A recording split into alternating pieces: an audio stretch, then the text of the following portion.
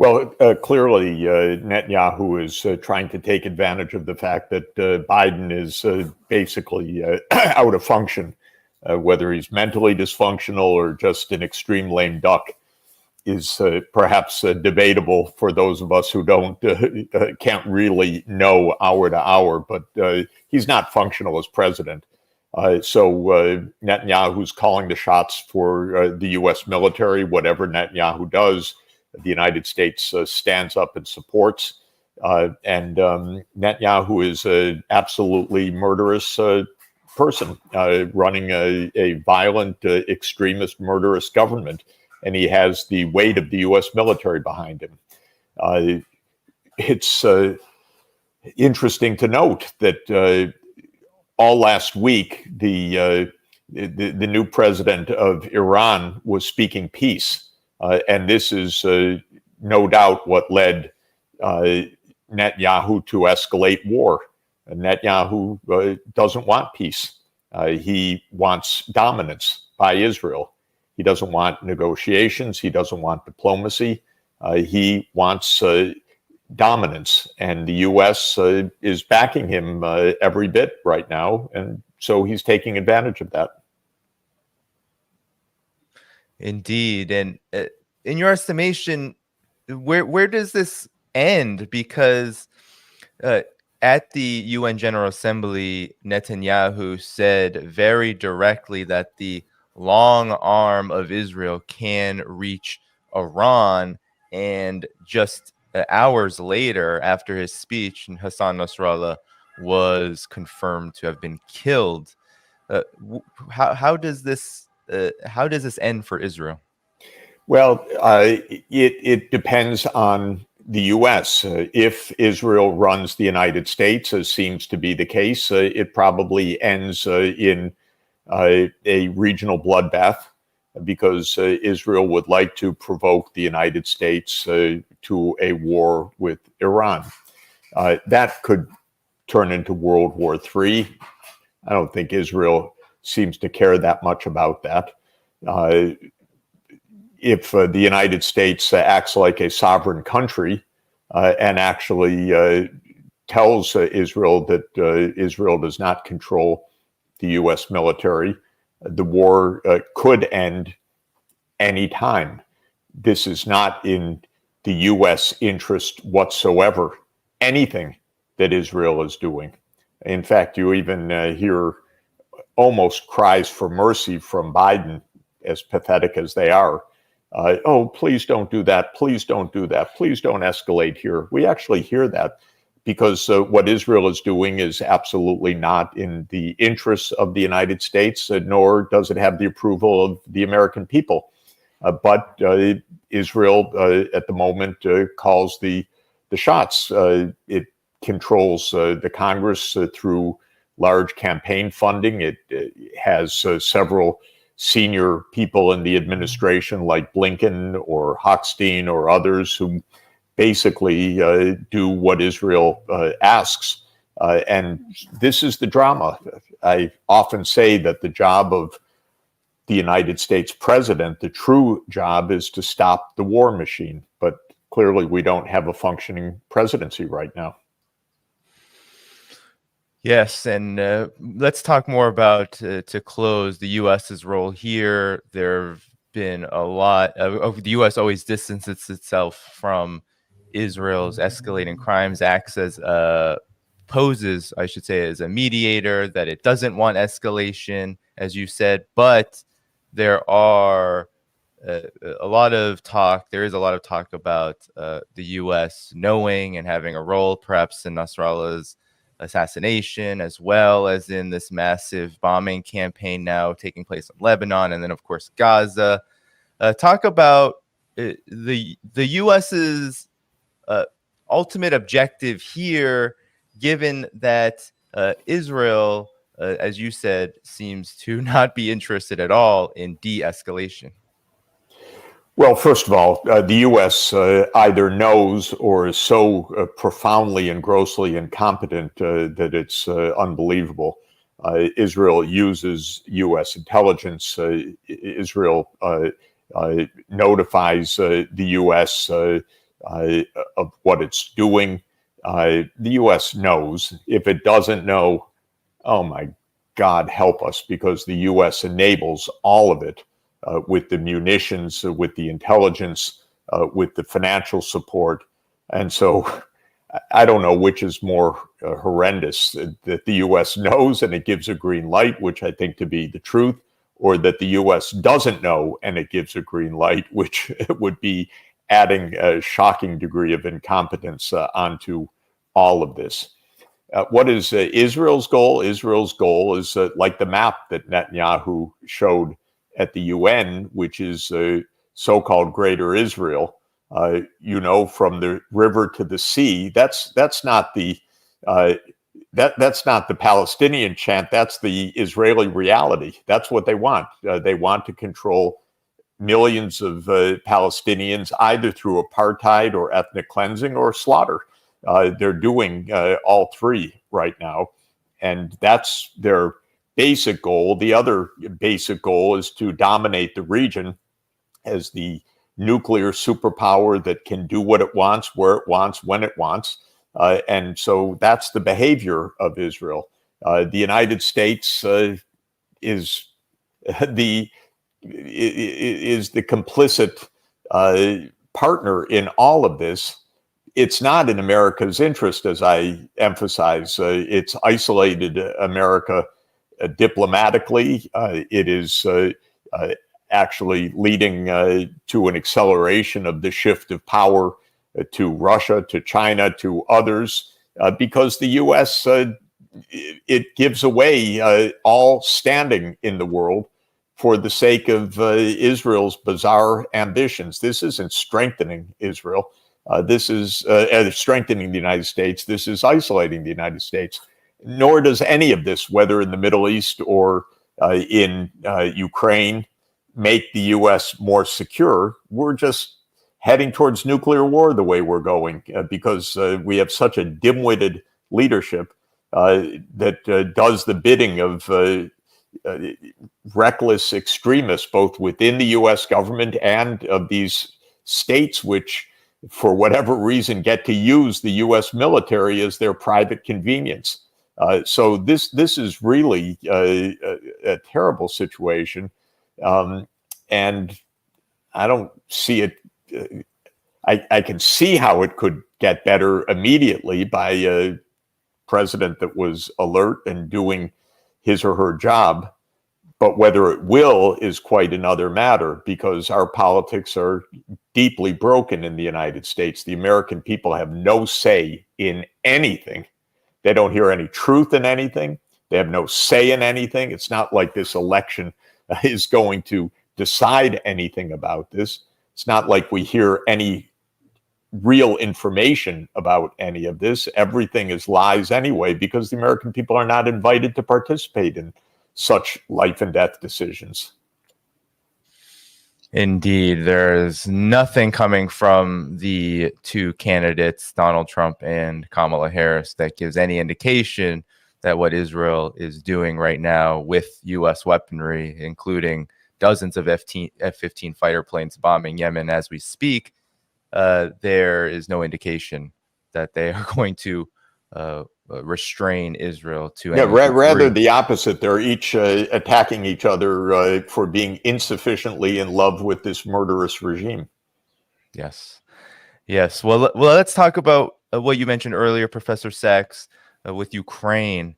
You said we are heading toward nuclear war in that particular conflict. Now, Vladimir Putin and the Russian government have lowered the threshold, or are working on lowering the threshold for the use of nuclear weapons. And they have directly stated the reasoning being, and the lowering the threshold includes non-nuclear states that are being supplied with weapons by nuclear states and then using those to attack Russia. I mean, this comes after weeks and weeks of talks of giving Ukraine long-range strike capabilities into Russia.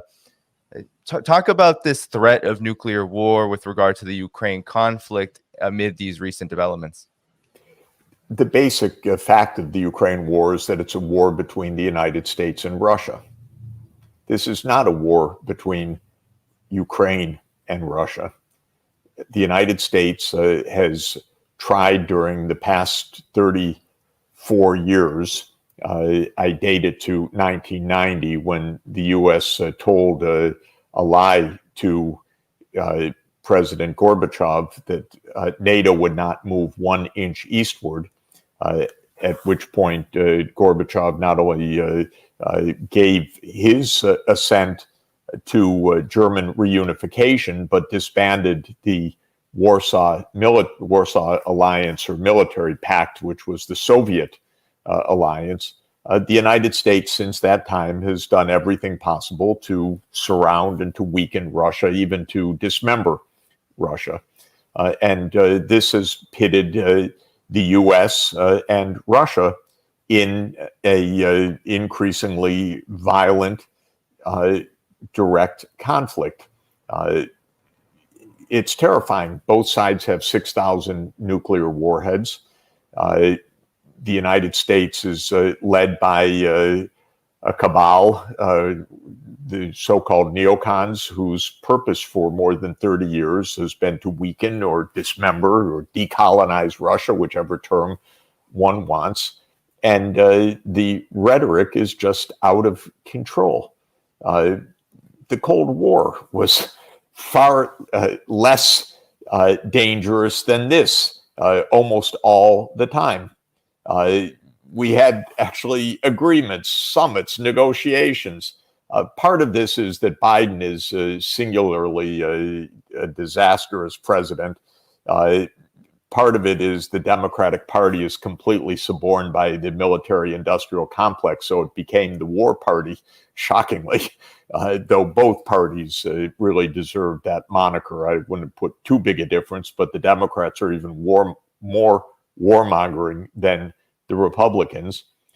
And it seems to be the purpose of the United States to do what it can to continue the war, to provoke, to pledge everything that needs to be done. Kamala Harris is right up there when she met with Zelensky. We're going to support you. This is vital. You have to win and so forth.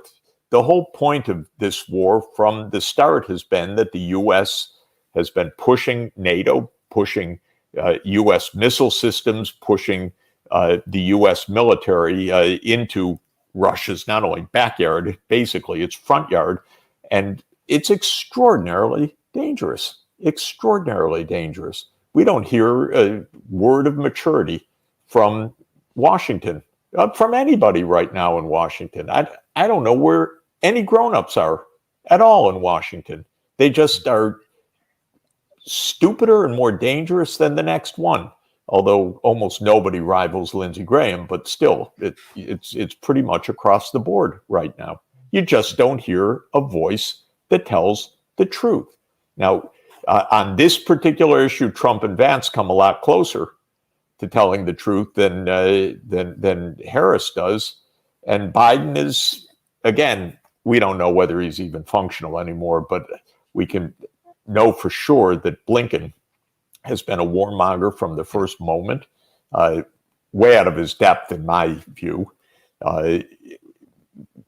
Maybe, as we're hearing from some channels, maybe Lloyd Austin and the Pentagon are somehow putting on some brakes on some of this because the political side is so feeble and without control. Maybe this is just what we're hearing. So we do hear that seemingly the Pentagon told Biden, no, American systems, logistics, hardware, intelligence, satellite data, ground systems cannot be used to target deep inside of Russia, because that indeed would be so provocative as to potentially lead to nuclear war. Maybe it's true that that came from the Pentagon. Maybe it's true that Biden therefore followed this. I say maybe because I also don't recall a time, and again, I may be forgetting so many things. When we don't hear really a word from the President of the United States, I think we're drifting until January 20th, but the drift is very dangerous right now. Yes, and you mentioned this divide between Antony Blinken and Lloyd Austin, the Pentagon and the State Department. What's interesting about this is that Vladimir Putin and the Russian government gave us the first warning on long-range strikes as it was announced the U.S. was going to talk about this. Biden was going to revisit it, and then, of course, Zelensky came to the United States, came to D.C. To discuss this. But as you said, there's no grown-ups. There's almost seems to be a mocking tone. On the one hand, I've been seeing publications in Pentagon affiliated and U.S. Defense Department affiliated media talking about this very permission that they may give to Ukraine at some point in the future to strike long range into Russia. And then there's Zelensky, who says, Vladimir Putin would never use nuclear weapons. This seems increasingly dangerous, using almost mocking Russia, poking Russia. How does this all end? Because it seems like also this might say something about where the state of the conflict is right now as well. Look, so Zelensky is a professional actor and a comedian with no knowledge, history, or international experience before becoming president of Ukraine. He was put up by one of the oligarchs because of a television show. It is reality following fiction to an extent that one cannot believe. He's the last person in the world I would listen to about whether Russia is or isn't going to use nuclear weapons. He doesn't have a clue, and he has no knowledge, no history, no context at all. And he should not be manipulating. What we also do seem to know is that the UK is more warmongering than when it was the British Empire.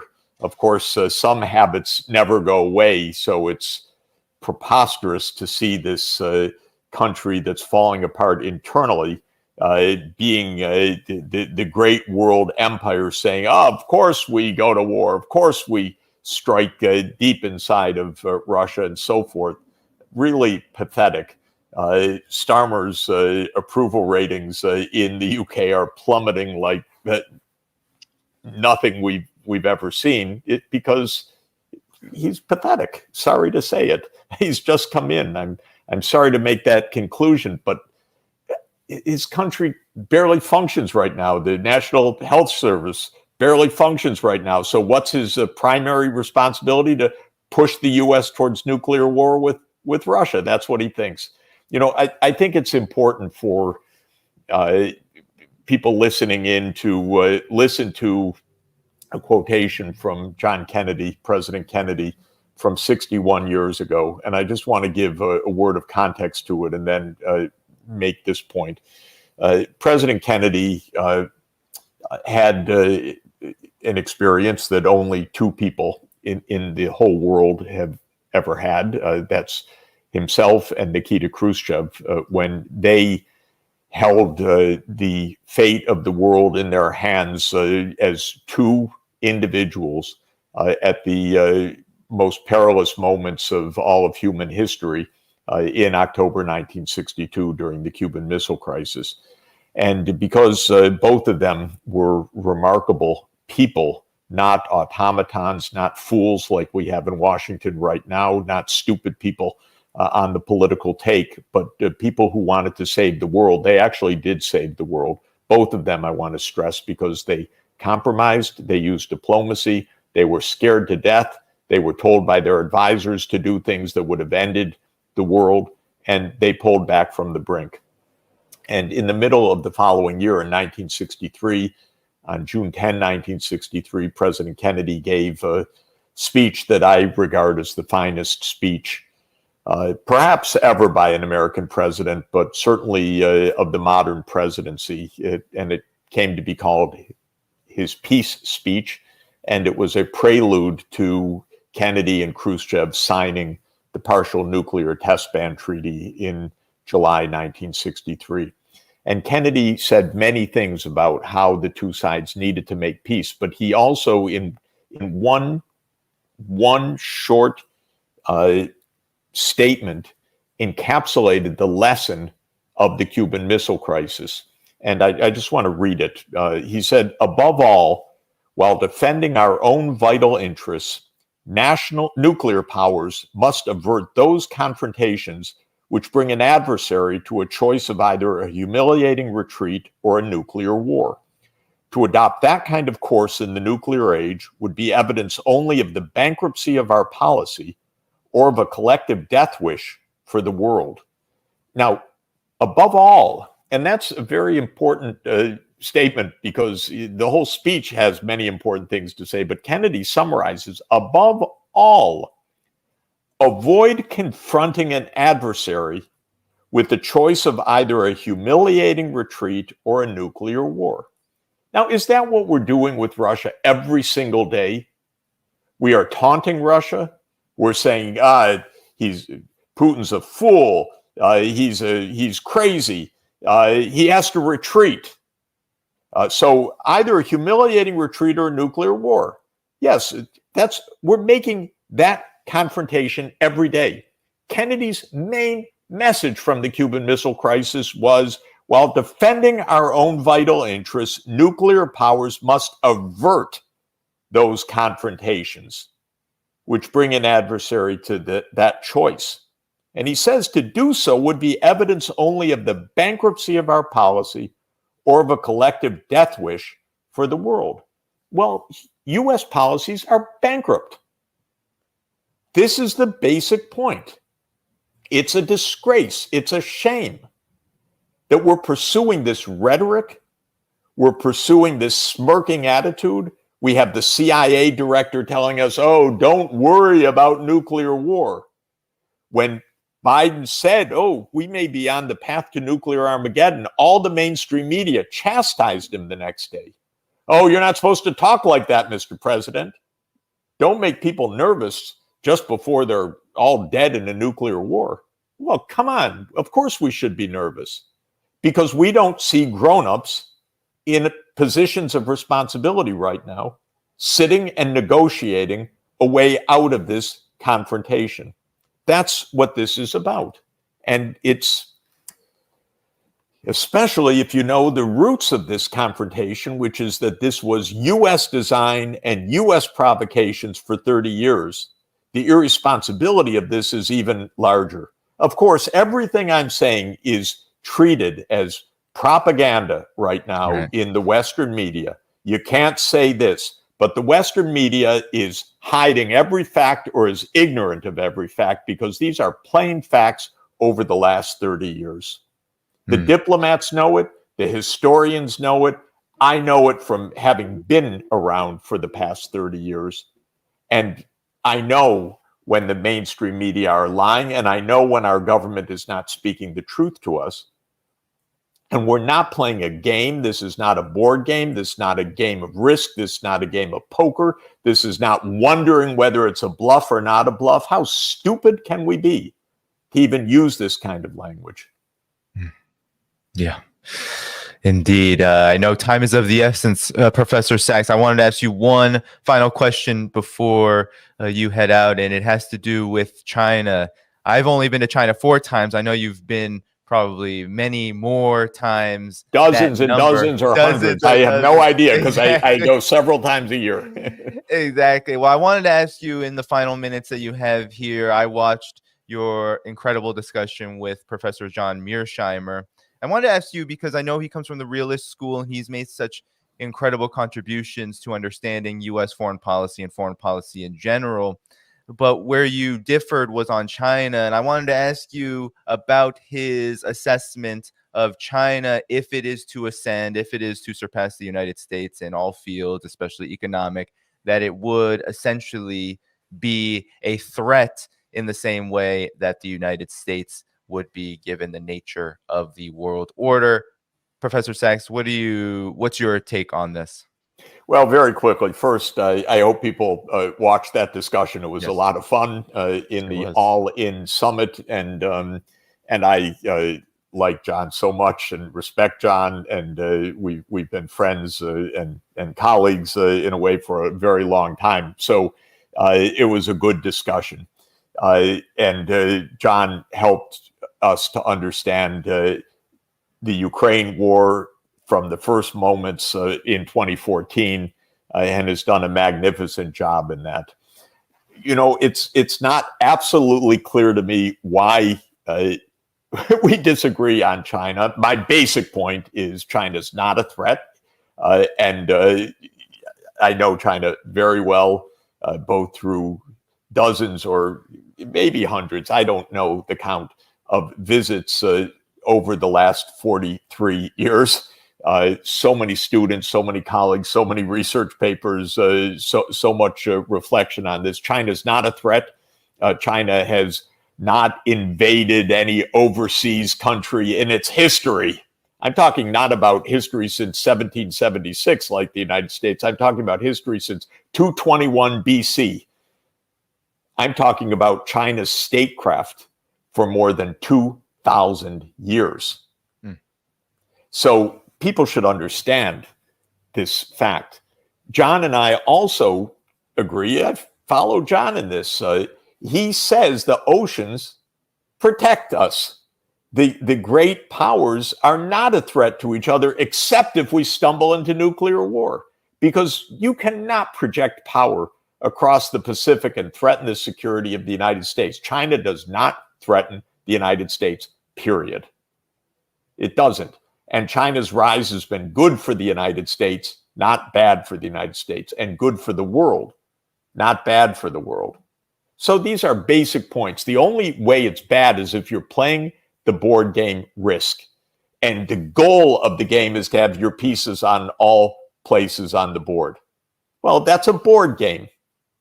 That's unfortunately the game that's played by the neocon crazies, sorry to use the term, but these delusional people in the United States who think the United States runs the world. We're 4.1% of the world population. China's 10 times older than the United States. It's a great civilization. We do not run China. We're not going to run China. China doesn't have to look like the United States, doesn't have to have a government system like the United States. And I wish the United States had a different political system that actually functions now rather than as a plutocracy. But that's a topic for another discussion. But my point is, it's delusional to think that the United States calls the shots for the world. But if we try to do that, if we try to make Taiwan a centerpiece of our foreign policy, we're likely to get the world blown up.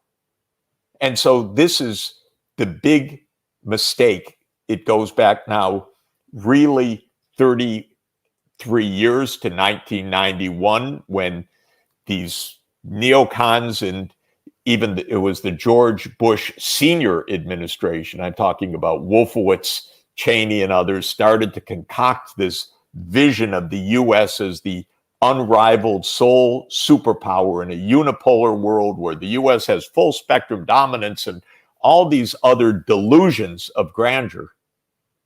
This has been nonstop war since then. And this is what motivates the animus for no reason with China.